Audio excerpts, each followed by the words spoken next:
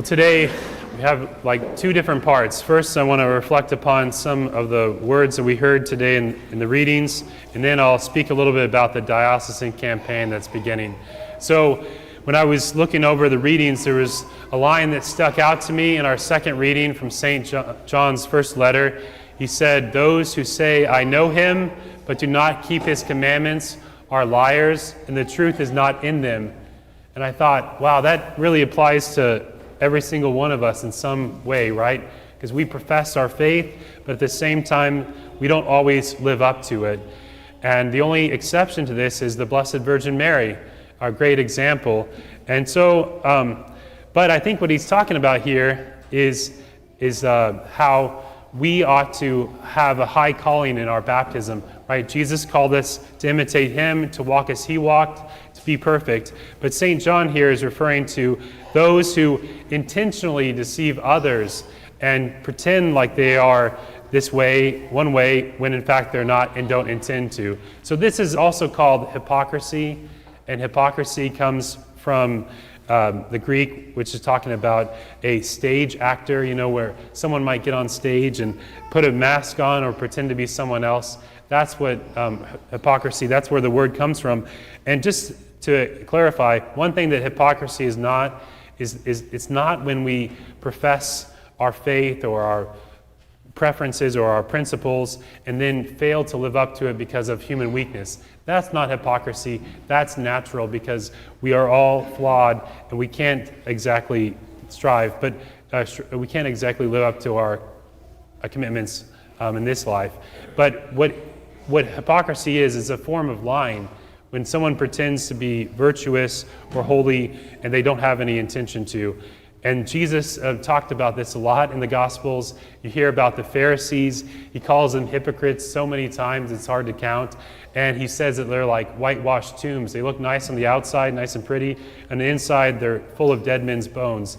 Jesus said that a lot about them.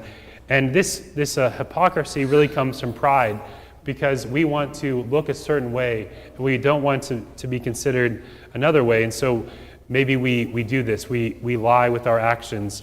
And so, let me give you a couple examples too, because the gravity of this situation is based on the evil consequences that come from it. So just a couple of obvious examples. Priests and bishops today can sometimes fall into this, where they don't live up to the words that they say, they don't act on their principles, and maybe even worse, they misuse their office and live double lives. Obviously, priests and bishops like me are not perfect. We're humans like the rest of everybody. But when you intentionally do this, it's very detestable and it's detrimental to a lot of people's faith. Another example, obvious example, would be politicians who identify as Catholics, but then go on to promote evil things.